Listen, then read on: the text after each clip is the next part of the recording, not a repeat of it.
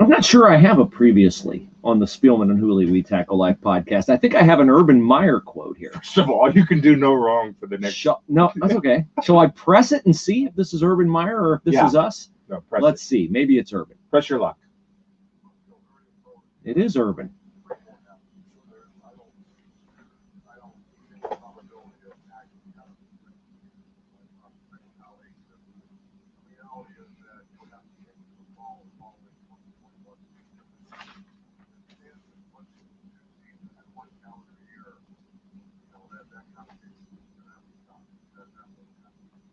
There we go. So we'll see.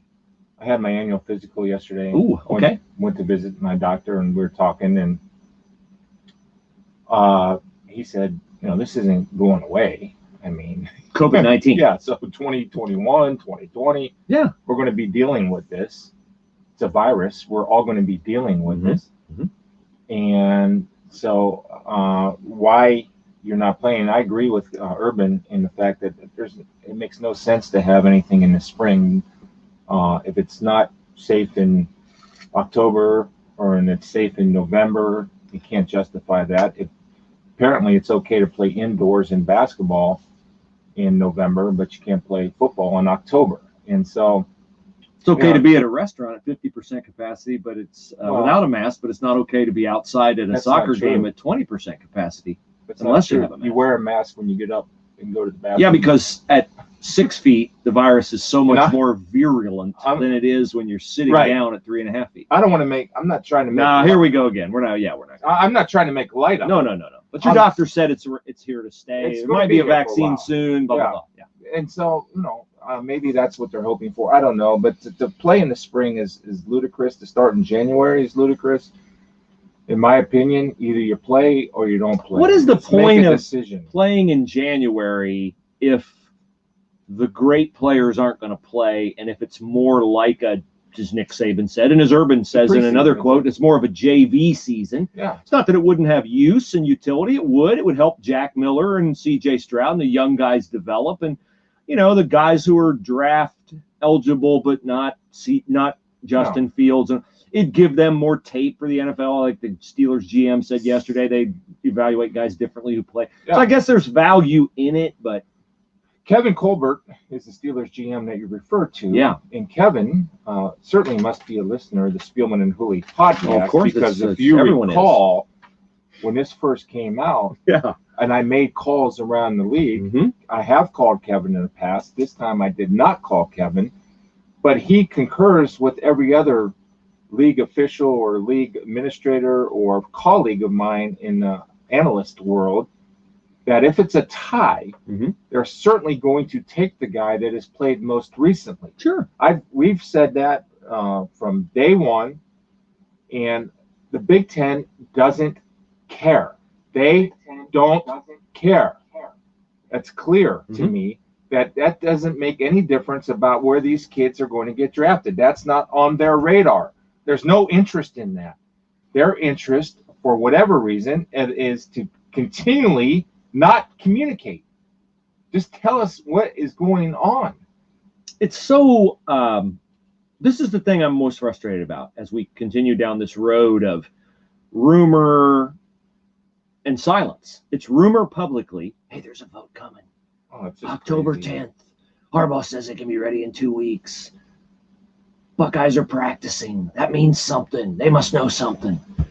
That's the rumor and the innuendo. And the silence is from the Big Ten side.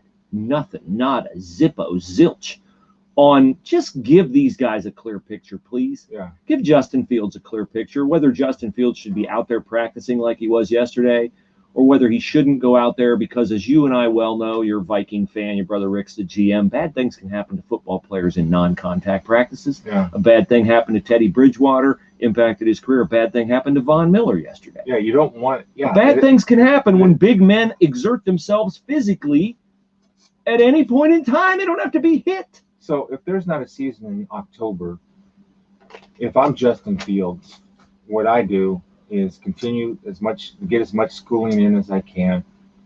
Or if I do it all online, I mean, I'm sure there's the option at Ohio State to do it all online. Sure. I go to Florida or Georgia or wherever. I get as many guys possible that have been impacted by this, as many Ohio State players as possible, and I start training for the NFL. Because the message is this: we're not playing Big Ten. It's not important enough for us as institutions, and that's perfectly right. They're in a position to make that decision. Mm-hmm. They have the right to choose, but you need to make a decision one way or another.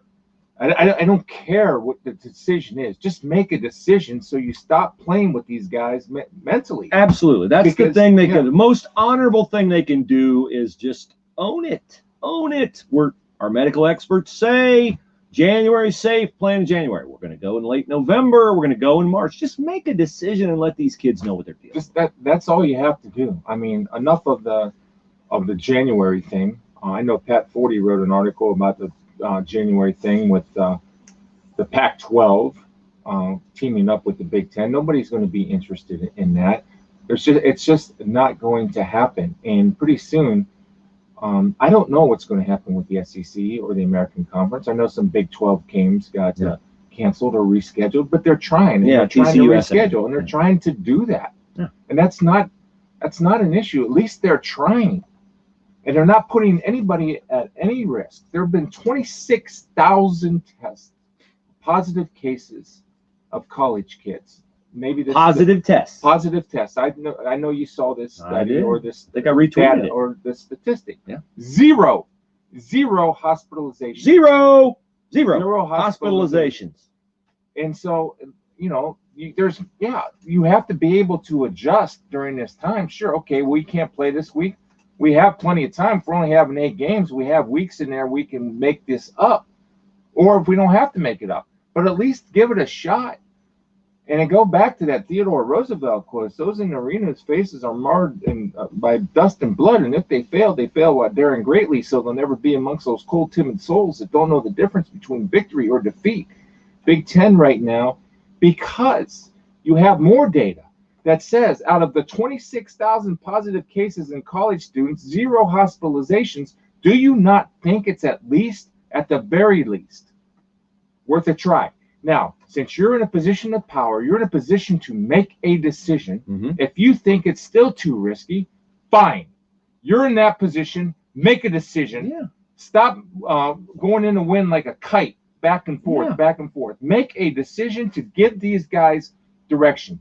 If I were a player right now, and if I don't get a decision, I have to put a timeline on it. If I don't get a decision by Friday, I got to go. I'm sorry. I have to go. I cannot do this to myself. I got to go start training for the NFL because the Big Ten decision, let's just use Justin Fields. The Big Ten's decision has automatically put me behind the 8 ball. It took away the opportunity for me to show that I'm better than Trevor Lawrence, and maybe I could be the #1 pick overall, which has a tremendous impact on my future, my family's future. You are determining that it's not worth the risk for me to play. I have to make the determination that I need to say that, okay, I'm really sorry that I only had 1 year to play at Ohio State, but I have to make the determination that it's not worth the risk for me to play in January. It's not worth the risk to play at Thanksgiving when nothing counts, nothing matters. It's just not worth the risk. And anybody that plays, I think, would be making a huge mistake if they play then, Bruce. I really do. To those who are fearful of COVID-19, it is your right, and we don't mean to at all dismiss that. And many of you may be saying, hey, there's a kid in California, Pennsylvania, who passed away, the son of a former Pittsburgh Steeler. Stevens was his name, by the way. Jamar, I believe, Stevens. Yeah. Hey, what about that, guys? And I will say that's tragic. It's terrible. We never want, just whether it was the young man at Maryland or Rashidi Wheeler at Northwestern, no one should lose their life playing football. And I'm not going to dismiss it and say it happens. But I will say that has happened, so that gives people something to react to. What has not happened yet is an injury in a practice that is a practice that's just on the if come. Mm-hmm. A Michigan kid tears an ACL, a Justin Fields gets injured, a Josh Myers, a Wyatt Davis, something like that. Because that's, to Justin Fields, an injury at this point in time would be catastrophic. Also, the indecision has hurt Justin Fields in that if Justin Fields knew the Big Ten wasn't going to play until March or January, because Jamie Newman, the Wake Forest transfer, has opted out at Georgia, Georgia needs a quarterback. Mm-hmm. And I know Kirby Smart would welcome Justin Fields back. And you say, well, yeah, it's not about Justin Fields being, having no allegiance to Ohio State. The Big Ten has put Justin Fields in a position where Justin Fields has to look out for himself. And he's competing, as Chris said, with Trevor Lawrence and the kid from North Dakota State for top quarterback in the draft. And certainly the NFL teams would rather see him play a 12-game season in the SEC than see him play not at all. So it's just Kevin Warren. It's almost too late for him to transfer. Yeah, I mean, but had they made August 11th when they made their decision, we're not playing until January. You guys want to go transfer? Your eligibility is immediate. You go look, you go find, you go take a loan out, pay your own way, whatever, be the greatest walk-on in college football history. They owed these guys a definitive decision. They owed them a definitive decision, and they still have not made one.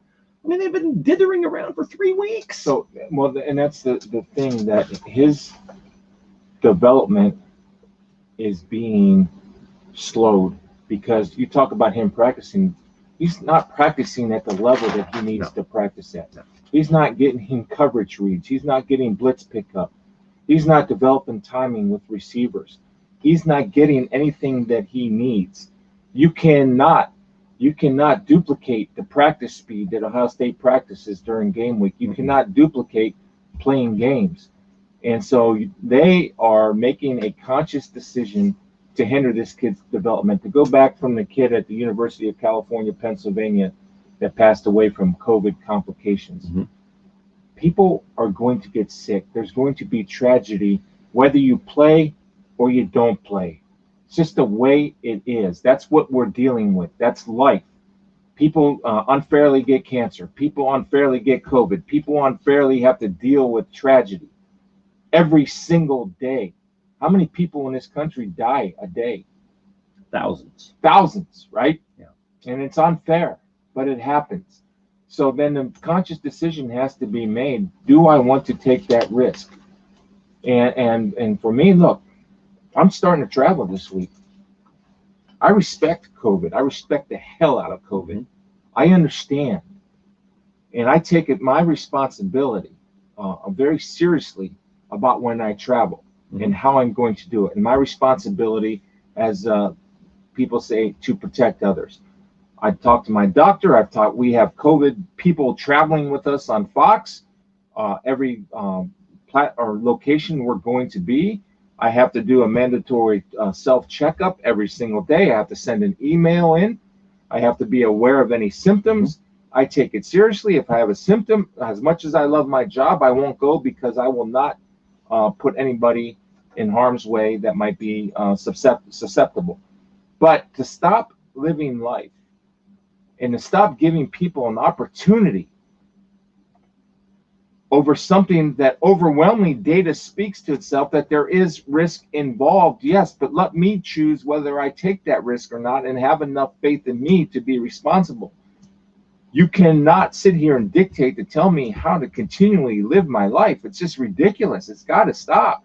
And to destroy the Big Ten season with the data that's available, to destroy it, is mind-numbing to me. I don't understand. Why. Just give it a shot. Then if you have 60 kids break out. Well, we know out of the 26,000 tests, there were 0 kids hospitalized. You have 60 kids break out, fine. They quarantine for 5 days until they have 2 positive tests.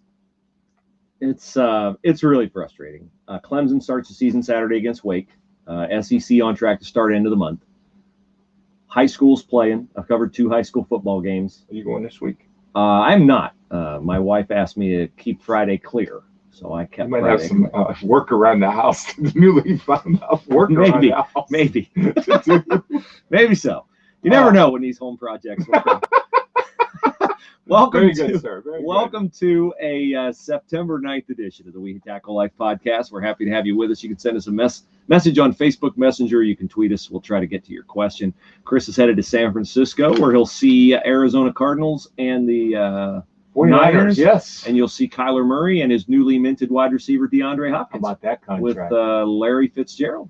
And I like the kid cards. named Kenyon Drake. Kenyon Remember Drake? Kenyon Drake? Yeah, it was a mid-season claim from the And- Dolphins, I believe, and man, did he come through. Yeah, he lit it up. Yeah.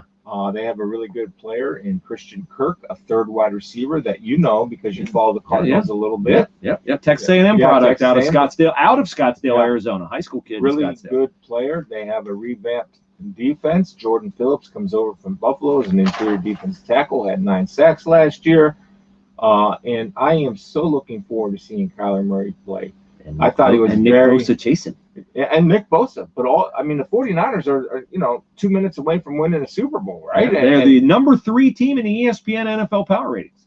Number 3. What is it? The Chiefs, Baltimore 49ers? Chiefs, Baltimore Yeah. 49ers. Good on you. Yeah. And so I think the 49ers are a really good team. But I just, the beautiful thing about the NFL though, Bruce, I mean, you can go from being bad to being good. Like the Cardinals, I think were 6-10, but you know that they can be good this year because one thing that people don't know about, they set a franchise record last year of averaging 5 yards per carry. That's pretty good, That's right? very good. And so that's what their offense is. Everybody thought that Cliff Kingsbury, air raid, from Texas Tech, right? Well, Cliff has come in and is. The Cardinals were number 2 in rushing offense last year. Not many people would think that if you think of Cliff Kingsbury, Kyler Murray. The other interesting thing, and I want to bring this up, I don't know what you think of Cliff Kingsbury as a coach. I think he's excellent. I think his players respond to him. I think he is a tremendous play caller. I think he's in the top 4 play callers in the league. Wow. Behind my number 1 play caller is Shanahan. Okay. And my number 2, and it's really close behind Shannon, is Sean Payton. I think Sean Payton calls a great game. Okay. Kingsbury at Texas Tech didn't win big, but that's a hard place to win big. Oh, yeah. In that league, it's a very hard place to win. Yeah. Have you ever been to Lubbock? I have not. Okay. It's one of the few outposts I have not been to. Some other NFL headlines. Chase Young will start ahead of Ryan Kerrigan with the Washington Redskins. Montez Sweat is their other defensive end. I guess they must feel like Ryan Kerrigan's better in fewer snaps. Well, they invested the past 2 years, number 1 picks and 2 pass rushing defensive ends. And Montez Sweat, I believe, is from Mississippi State. And, of course, Chase Young. Look, Ryan has had a great career. Ryan Kerrigan was an awesome player at Purdue. I know you remember that. Ohio State fans remember Ryan Kerrigan. Believe me, he owned Ohio State. And he's been a really good pro. He's had some injury issues, and I think what they're looking to use Ryan in is more as a spot duty, really good pass rusher. So he's kind of maybe at the part of his career where he's transitioning into that pass rush type of guy. The Washington football team with Dwayne Haskins at quarterback and Chase Young at defensive end, ESPN rates next to last in its power ratings. Only the Jaguars, yes, if anybody's still left on that roster. The Jaguars are worse. The Bengals are 30th. I think the Bengals are way too high. Well, too high is at 30 or no, like like they have them to. They should be lower. They should be in the low 20s. Yeah, I think low 20s is probably fair. But the thing you never know, and everything points to this not happening. I just don't know how rookie quarterbacks are going to respond. I just don't know. I have no idea how they're going to respond. Healthy AJ Green, I guess Zach Taylor said he's going to be full go. I know that AJ, like all wide receivers, are dealing with hamstring issues, which they're dealing with it. You could eliminate the word hamstring. They're a wide receiver. They're dealing with issues. I mean, I'm looking at all the 49er wide receivers that they had missed practice. I'm looking because I'm focused on the Cardinals and 49ers. All the Cardinal wide receivers that they've had missed practice. I bet Fitz is healthy. Yeah. He is. Fitz is an animal. But they take care. I mean, he has veteran days off. But I think that is a byproduct of having these virtual workouts and OTAs. If they're just not the same, then all of a sudden you come into training camp. It reminds me of when I was in training camp back in the late 80s, right? My first rookie training camp. I can't tell you how many wide receivers were pulling hamstrings left and right because they just didn't train properly. I can tell you, since COVID hit, the virtual workouts are not working for me. I've put on some weight. I'd like Really? to take it off. Oh yeah, I've put on some weight. Well, I'll give you some manual labor. I was down about 175, and I'm not there anymore. We'll get awful. back. Don't. You're fine. We'll take care of it. Fix my issue. I think I can fix your before issue. I go home. I think I can. Okay. Yes. Don't be giving too many hints here, or I won't be able to. A little more NFL, then I want to transition back to a few college things as it concerns Ohio State. Browns are rated 19th in the ESPN power ratings. New tackles Jack Conklin and Jedrick Wills. Jedrick Wills from Georgia, but he's playing a different position, left tackle as opposed to right. Mm-hmm. Browns at the Ravens. What's a test, right? The Ravens are Lamar Jackson is 5-4, reigning MVP Lamar Jackson, who I still don't believe in his sustainability, but we differ on that. Mm-hmm. Ravens are 5-4 when Lamar Jackson rushes for less than 70 yards. In your opinion, is that the key to beating the Baltimore Ravens? Oh yeah. I think when you look at the Ravens, we talked about how the Arizona Cardinals were number 1 in rushing offense, next to the Baltimore Ravens. So the Arizona Cardinals were number 2 at 5 yards a carry. The Baltimore Ravens were number 1 at 5.6 yards a carry. And just the Ohio State sidebar, John Harbaugh is really high on J.K. Dobbins. So I look for J.K. to get a number of carries for the Ravens. And like most teams in the NFL, there are 2 or 3 backs that they rotate in there. And when you brought, that's why I thought that J.K. was such a great pick, and why it was important for him, even though maybe he got frustrated at times last year when he was out of the game by halftime, because he could have set all kind of records. I mean, of course he could. But he did set a single season rushing record. He's going to be more useful, and he'll thank Ohio State later, because those running backs and the shelf life of those guys. Yep. As we see when running backs are complaining about contracts all the time, and they have a right to complain, but they don't have the data to back up their point. Browns signed Kareem Hunt, 2-year, $13 million.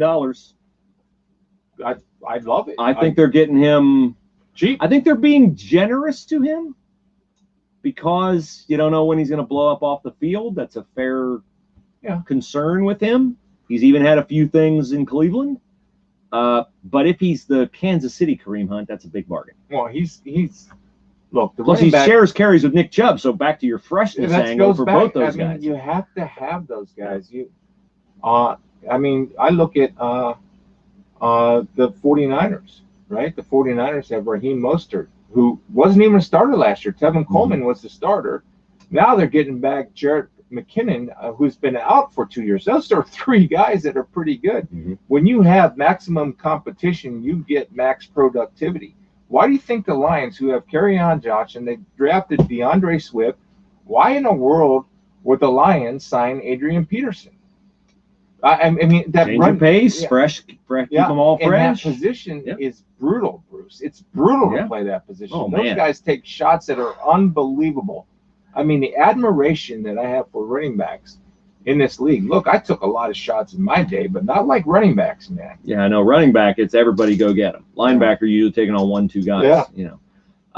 Okay, here's one more NFL thing that I want to pursue with you ahead of any games played by either team. Better record this year: Buccaneers with Tom Brady, Patriots with Cam Newton. Oh, Buccaneers. No, not even doubt. I mean, the Patriots are kind of cleaning house a little bit and low-key, I think, retooling and rebuilding their team. The Patriots are going to struggle. I'd be surprised if the Patriots now struggle relative to the Patriots. Yeah. So struggle for the Patriots is 10-6. Yeah, because you have the Jets and the Dolphins in your division. Yeah. Bills are getting better. Well, the Bills will probably win the AFC East, in my opinion. I think the Patriots likely 8-8. They have a good year, 9-7. Fantastic. All right, time to work in a few of our sponsors. We want to remind you about Chrissy at AUI. And having talked with Chrissy recently, what I did not know is that AUI not only helps companies, but they help individuals. Did you know that when you go to, what is it, healthcare.gov is the government website to get your health insurance, that you're already paying for a consultant. They're counting on you clicking around or calling and talking to someone online. So when you call AUI to do that for you, to give you the answers that you're looking for health insurance wise, you're not going to pay Chrissy any more than you'd already pay if you're booking it through healthcare.gov. But you're going to get expertise, a friendly face, a real person, a name, rather than a phone menu, and rather than, clicking around in this endless, this is not where I want to be type thing. Companies, same type of deal. Chrissy and AUI are compensated by the companies they put you with. So they have all the answers. They know all the answers. They're really great people. Wonderful heart for people. So AUI info, individuals or companies. Right now is the time. Open enrollment's coming up, or it's in the midst of happening. So make sure that you go with the experts at auiinfo.com. There you see their banner on my laptop, auiinfo.com. Remember it, auiinfo.com. All right, Governor DeWine yesterday added to the hopes of Buckeye fans when he was hit with a question about Ohio State football. He says he talked to Gene Smith, and Gene Smith, quote, told me it's still in play, meaning fall football. It's still very much a possibility. Well, I think people would be happy about November. I think you and I think November is a little ridiculous, because I don't think you can be a legit playoff participant if you're 4 games into a season when berths are doled out. But I think the sooner, my friends, they just want football. They want the sooner they can get it, the better. They'd love to have it October 10th. They'd love to have it in Thanksgiving if they want, if that's the best they can do. They have to make a decision by Friday, or I don't think you don't have enough time to get your team properly prepared. See, if they'd make it, when do they need to decide? See, I don't think October 10th is problematic if you decide by 3 weeks ahead. 3 weeks enough to get ready for an opener, is it not? It's not ideal, but it's enough, isn't it? 3 weeks. Yeah, I mean, three weeks. Yeah, it's pushing it. I think you'd have to use a lot of players. Well, we got them, brother. We got plenty of them. Yeah, I was thinking from my perspective, when I played, probably 3.5, 4 weeks, we got ready to play the first game. That's what fall camp used to be. Yeah. So but that's why I'm saying that by Friday you have to then start Saturday to give these guys. Well, they're already starting. They're already practicing. They're not out there. They're out there for an hour. They're limited to 12 hours a week. Yeah, that's not for everything. Yeah, I know, for everything, meetings and everything, lifting and everything. Yeah, but I don't think it's dead yet. Dan Patrick's been on the front of this, and he DP is ascended to a lofty perch in the profession where he's usually not wrong on this stuff, which differentiates him from most media people, and he's consistent, which definitely differentiates him from most media people. So DP says that he's now less optimistic about Big Ten football. His source tells him that Michigan and Michigan State will not play, Illinois and Northwestern will not play, Maryland and Rutgers will not play, and I could see that happening. And then he saes that hardly gives you enough to have a league. I think it gives you plenty to have a league. Gives you what, 8 teams. You got 7 games. So then what you have to do is I would do a home and home with somebody. Yeah, I would do a home and home with. I would try to get 10 games. Try to get 10. So I'd try to do a home and home, and maybe I'd base it off. I don't know how I would base it, but I think they were talking about a home and home schedule. Maybe play the teams in your division home and home. So yeah, I mean I don't know what the motivation between Michigan and Michigan State. I have no idea what their motivation is not to play. Maryland and Rutgers, maybe they're thinking, okay, well, we can, have a restart. Who cares if they don't play? Right. I don't care if they play. And Northwestern, I mean, they're very aware of, what do we call that? What do you call it, being woke? Idealistic. They're very idealistic. Idealistic. Illinois, I have no idea. I just think you're doing the people a disservice of not at least trying, because the hypocrisy is screaming when you can say, get your rear end in a dorm room or in a dorm or on campus where there's 40,000 kids, and it's safe to do that, but in a somewhat protected environment where you're exposed to regular testing, I can't do it. Yeah. Can't do it. I mean, I just don't. I mean, logically, I don't know how they're going to explain this, and maybe that's an explanation for the silence. Yeah, they don't. Best not to try to explain it if you can't. I got to give you the this week in coronavirus craziness. I have two friends who go to Wittenberg in Springfield. They are basically prisoners in their dorms. They're not allowed to go anywhere. They snuck home for a weekend, and they told me that if they were found out by school administration, they would have to quarantine for 14 days. And they are asked to wear masks in the shower. In the shower. In the shower. Masks in the shower. And I said to them, well, I would not wear a mask in the shower. And if they sanctioned me what part of the body are you supposed to wear the mask on in the shower? Thank you for that. If they sanctioned me, called me into a meeting and said, hey, you're not wearing a mask in the shower, I would say, well, now we have a bigger problem because you have a camera on me in the shower. Yeah. I'm going to own this place. Yeah. You know, I don't think they want to call you on that. So it's just, come on. But I'll have my mask on tonight at soccer.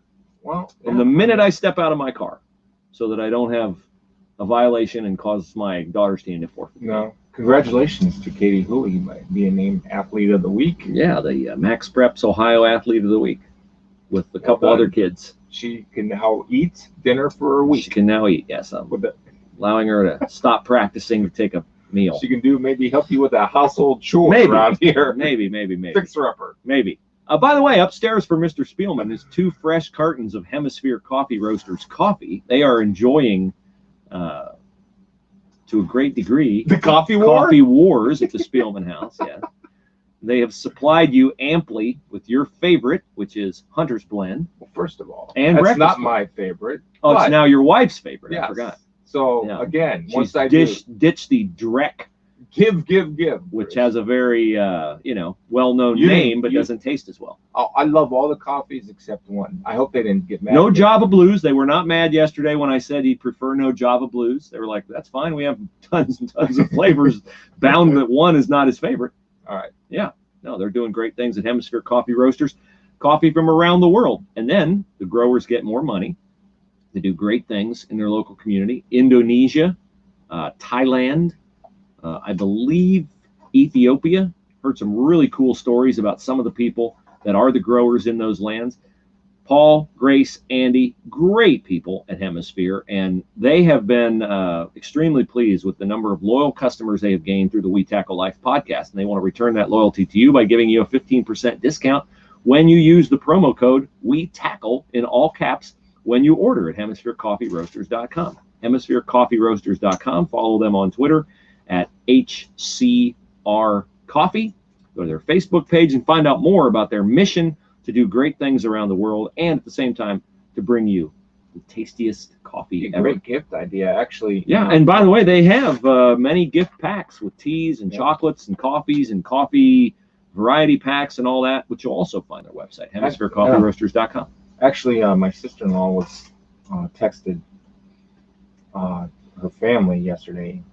I'm part of that, obviously, and her husband's birthday's coming up, and she has no idea what to get him. So makes a great gift. I said, here's what you can do. I think I know where you're going. You can get a Hemisphere coffee. You can get a gift pack of the Spielman CBD. Spielman CBD. He would like all of that. You would be smart to change your energy to volunteer energy. Absolutely. And maybe go pick him out a new Mazda or Subaru. That would be excellent. What more could a man ask for? My birthday's coming up. I'd take any or all of that. Absolutely. Fantastic. We have a very special, in all seriousness, a very special faith segment today because both Chris and I were deeply impacted by an email that we received yesterday. So I don't know about you. Did you? I had a hard time sleeping last night. Not because I was troubled, but because I felt a burden to really respond well to the email, which we'll get to here momentarily. Conversation with Carrie about this and got her wisdom because, like Sherry, it's so cool to get perspective on your wife's wisdom, right? Just like they get your perspective. It's so cool. And she actually wrote me a response this morning that I will read. And she's she's tough love. Well, sometimes we need tough love, and sometimes we, God disciplines us, so that's okay. All right, so before we get into that, I want to tell you about our friends at Willis Spangler Starling. They're our attorney firm. Stan, Kelly, all the attorneys at Willis Spangler Starling do a great job. They're big fans of Hemisphere Coffee Roasters Coffee, too. It's what we do. We introduce people. We do business with people we really like. We do business with people we really trust. And when you're talking about an attorney, it better be somebody you trust. You want to be represented by somebody who has integrity and character and expertise. They know the law, whatever your legal need is, whether it's personal injury, whether it's something important like a will or an estate plan or a trust, whether it's navigating through the murky waters of workers' compensation. There are a lot of things out there that you can get taken advantage of, or you can be someone who doesn't have your rights protected if you don't consult with someone who has your best interests at heart and who has a devotion to the law and doing things right. And I would argue when you couple it with the compulsion to reflect integrity and character in your life because of your faith, then you've got a home run. And that's Willis Spangler Starling Attorneys.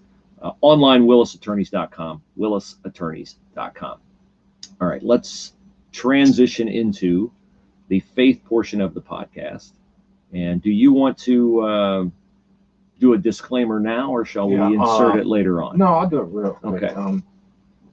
All the thoughts that I share on this are not a reflection or the thoughts of Fox Sports or NFL on Fox or anything to do with Fox. This is all my personal opinions, and so I just want to make that clear. Yeah, nothing that Chris and I say on the podcast is a reflection on our sponsors or on any entity that we work for, whether it's in my case, Press Pros Magazine, in Chris's case, Fox Sports, the Spielman Fund. Yeah. We're coming at this from a heartfelt position, and but it's also live, and we're doing a live thing, and sometimes we don't rehearse it, we don't have a script. So we ask grace, and we ask you to understand that. So in that vein, I received an email last night from a gentleman named Tom. And the start of his email got my attention. Yeah. And the start of his email says, "Bruce, I am a fraud." So he says he's listening to our podcast from last week when Chris related a story from a funeral you attended, when you talked to someone who listening to the inspiration and the testimonies about the person who passed away caused this person you were having a conversation with to question their impact on the world. So Tom heard that, and he said this: "The reason I call myself a fraud, I have a small business. He helps high school athletes receive scholarship offers. He's been successful in that business." Mm-hmm. He says, "All I do every day is encourage kids and talk to them about believing in themselves and the positive impact they're having, to trust God to lead them in their lives and to give their best effort in their relationship with God, family, friends, and their academics and in their sports." He says, despite doing that, his own faith in God is 100% circumstantial. He said, when things are going well, God's awesome. When things aren't going well, then he really struggles. "Fear, uncertainty, and regret run my life all day, every day. And I am lost as to how to get out of this never-ending tornado of those thoughts that swirl in my mind every waking moment." Wow. He says, "About 15 years ago, I am sure I heard God tell me to make my business a 501c3 nonprofit because it would allow me to reach more kids. 15 years ago. And what have I done about it? Nothing. Why? Fear. The questions he asked himself include, how will I ever make a living doing that? How will I ever keep my total lack of belief in God and in myself away from kids and parents so they don't see right through me when I tell them to believe in God and in themselves? And how do I even get started with a nonprofit?" He said, "Suffice to say, the fear, uncertainty, and lack of trust in God have paralyzed me to inaction 15 years ago, and I've not moved an inch toward doing what I'm sure God's telling me to do." He says this has inspired bitterness toward himself, not only for what I haven't done, but what I should have done. And he said sometimes that bitterness comes out toward others. I'm telling kids to believe and trust God and stay strong. And I shake my head in disbelief at what a waste I am every day. He said, the guy Chris referenced is not alone. He's not alone in the lack of direction or questioning himself. And regardless of what others say, it's much easier for me to believe the bad things I tell myself about myself over and over than it is to believe anything good. I wish I knew how to change, how to be consistent in those strategies and stay strong in faith. But I don't see how that's possible. I envy those who can do it and at least somewhat have it figured out. If you or Chris have any advice or insight, let me know. Thanks for taking the time to read this. Thank you for what you both do to help lost souls like me every day. So I emailed him back and I thanked him for his transparency and his honesty. And I said I would pray about it, and I did. And I sent it to you, which I don't send every email to you. We try to react to some of them cold on the air. But I felt like it was important for you to have time to think about it, pray about it, seek wisdom of people like your wife, Carrie, as I did with Sherry on this, because I think our response is important. And you and I both take our role in this part of the podcast seriously. Very seriously. And, you know, I don't pretend to have all the answers. I think anything that I say from this point on is going to be based off of my experience and my life experience. And believe it or not, I've been where he is. I believe you. I don't know. Maybe you have. You're right. No, you're absolutely right. You've been where he is. Yep. I mean, his honesty is refreshing. And I would say this, that we're not going to lie to God. This became abundantly clear. He clearly, I think he makes a mistake when he says, he clearly believes in God. It's just that there's a lack of trust. You wouldn't feel this burden ongoing if Right. you weren't devoted to God Right. and really desiring to please Right. Him. It just, you know, you would say that I'm doing good things and that's it. And I think a couple of things. The concept of grace, we've talked about it on this show before, and the first thing that came to my mind was grace. And I reflected on going to confession and saying that, you know, I can give grace, but I can't receive it. And the priest told me, you can't give anything if you don't have it. So, you know, Right. I think for him, he has to understand the concept of grace. He has to realize that every time that he's beating himself up, every time that he gets bitter, all he does is drag Jesus through the streets and crucifies him again and again and again and again. What he's saying is that the one time on a cross was not enough. And where clearly scriptures and Jesus himself, everybody connected in that world, which we are, have to get the understanding that it is finished. It's over. It's finished. Done. And to Tom, you have won. Now, I get your bitterness. I was a bitter man for a long time. I get what anger is, and frustration, and desperation, and being caught up in that tornado. I get being mad at God. I've been in my house or in a room raising my fists in anger and screaming at God, what are you doing? Enough. What? You don't love me. Why the torment? Why do you keep torturing me? Why do I keep going through this self? So, sir, you are not a fraud. You have tremendous insight. You are a human being like me, like Bruce, and like every other person. So what your email brings to light is a strong testimony of why we need forgiven for our sins. So your email to me was enlightening. Your email to me was motivational because it reminded me, because I read me in your email, of why I need God. So you are not alone. You're our Bruce. You are me. In fact, you're every other human being. And this is going to sound a little harsh, but I needed to hear it when my friend Dave Pasch, those of you who know Dave Pasch from the NBA or college football, Dave Pasch was raised Jewish, is Jewish, and Dave is a born again Christian. He was the one that pointed out to me how selfish I am, and I was so mad at him. I said, "Don't you understand that I got to try to make this right with God?" You ain't making anything right with God. God made it right with you. Yeah. The only thing you keep doing is hanging him up and pounding another freaking nail in him, because you're telling him that's not enough. I got to crucify you again. Yeah. I got to crucify you again. Yeah. And my advice to Tom is that you're fine. You're doing good things.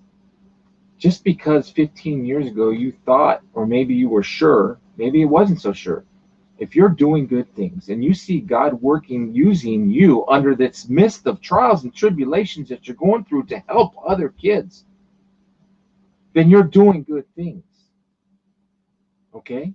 Now, as far as a nonprofit, you don't have to start a nonprofit. You can support something that is nonprofit.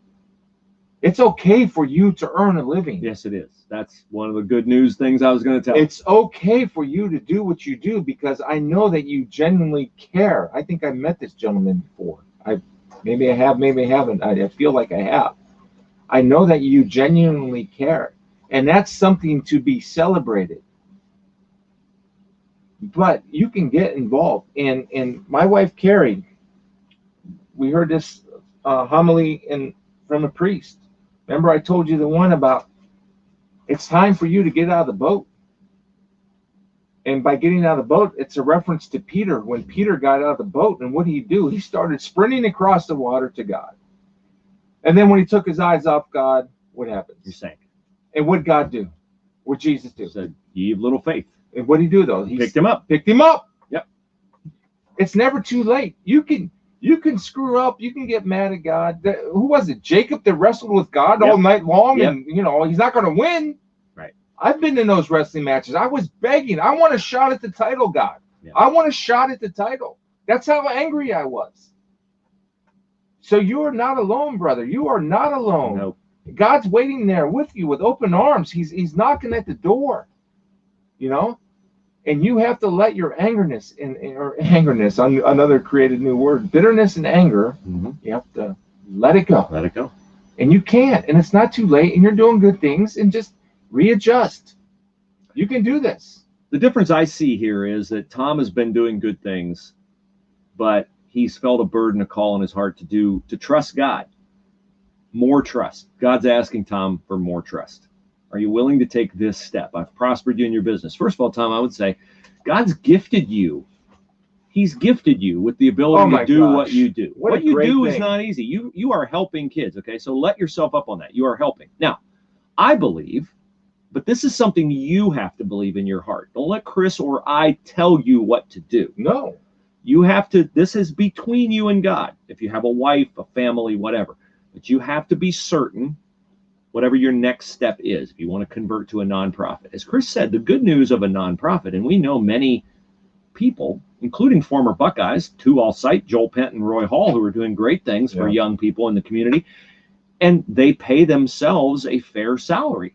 I know another gentleman, my friend Patrick, who does great things with a company called Marketplace Solutions throughout the world.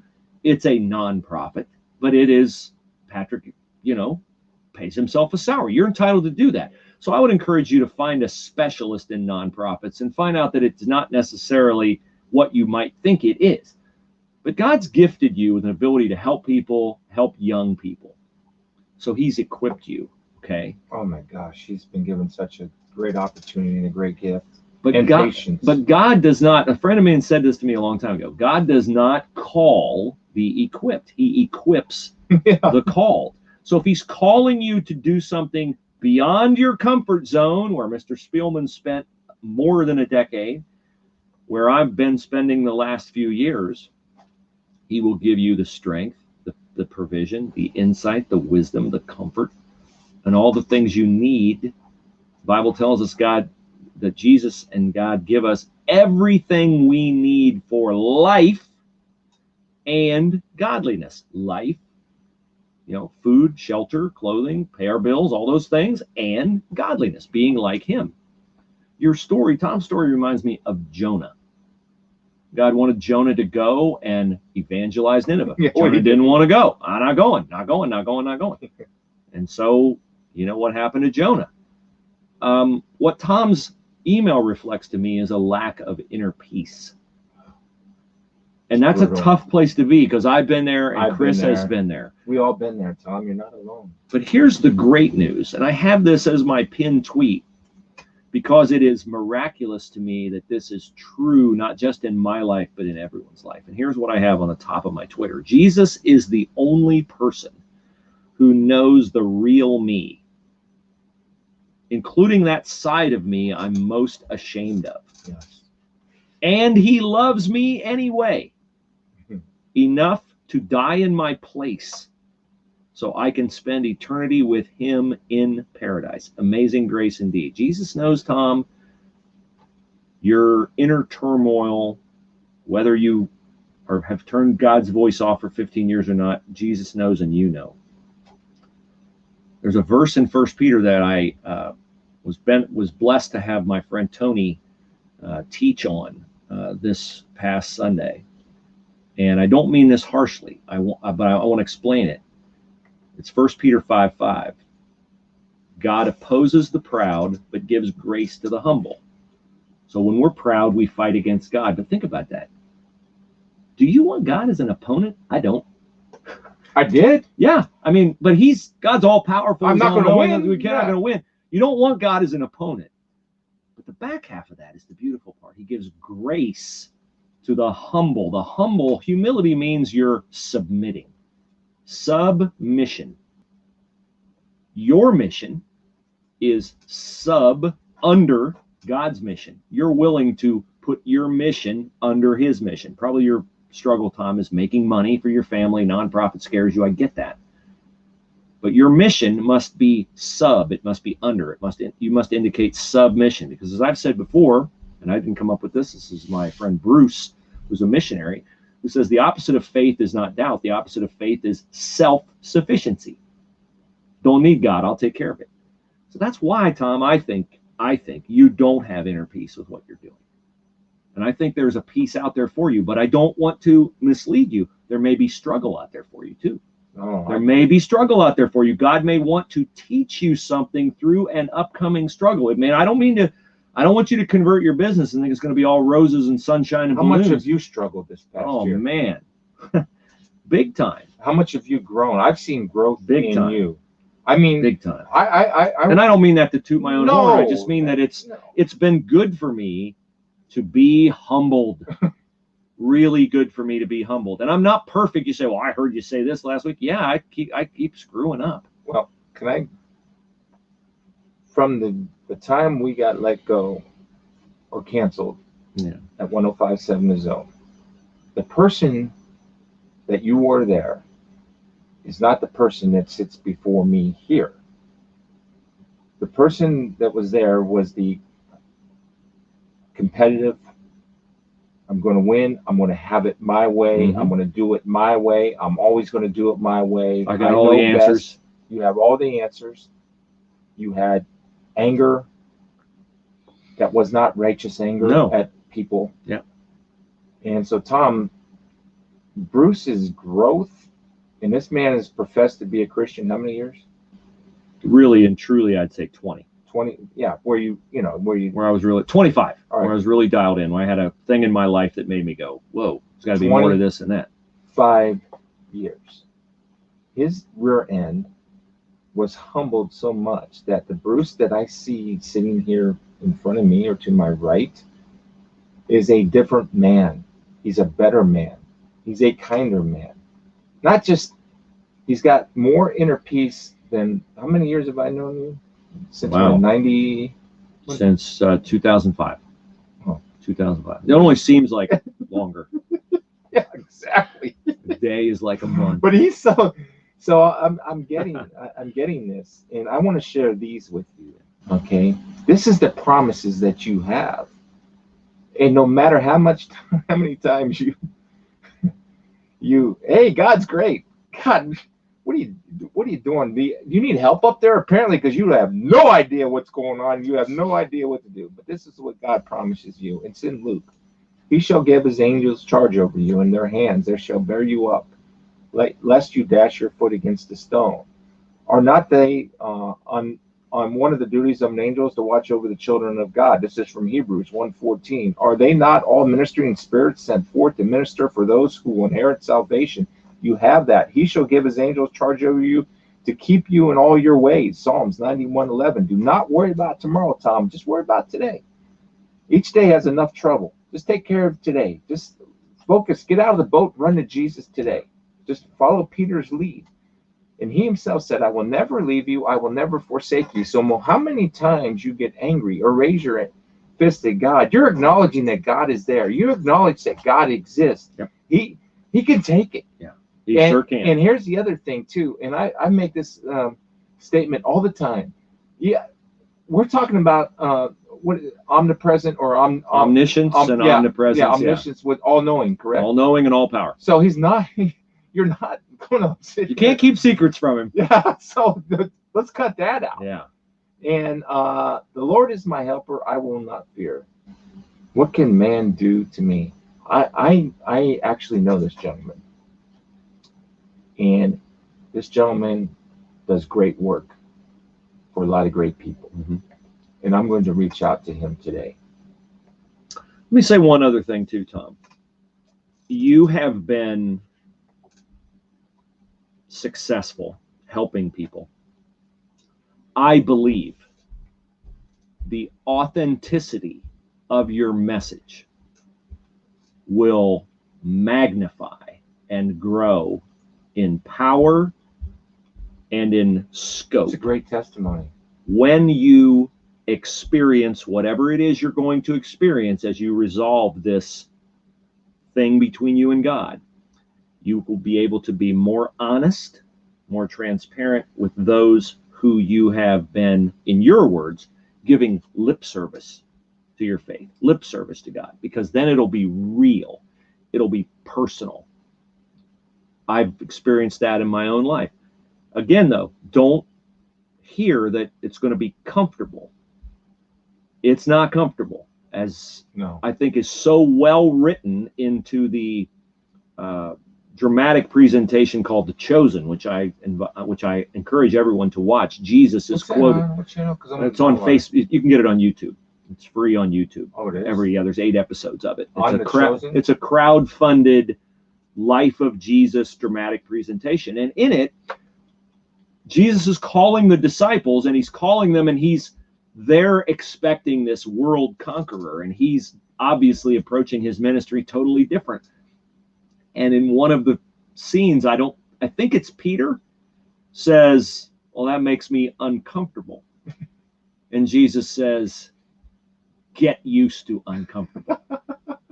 And it's what I love about that series, is that it so personalizes Jesus. It's not Bible, it's not gospel. I'm not saying you should quote it as scripture, but it gives me a window into who Jesus is and how he relates to me, and how his ways, as the Bible says, are higher than our ways. That reminds me of the time when my daughter used to ride. Maddie used to do the jumping and horses, right, and jumps, and everything. That's an expensive sport. I mean, you have a horse, so you know the expenses of where this horse is getting massages and getting all the great DMSO and vet and shoes, all the things that a horse needs to do to perform. And I'm paying for all this crap, right? And it wasn't crap, but you know what I mean. So I'm paying for all this. So we're at a horse show, and she learned a lesson.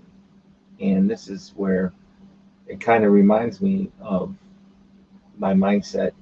It's a little bit like Jesus in a sense. I'm not saying this, oh, look at me. I'm just saying it as something that people can relate to. She did a thing, and she knocked down like 2 pulls, Mhm. which you're done once you knock down pulls, Mhm. right? You don't have a Mhm. clean ride, you're done. I mean, you know a little bit about Yep. that.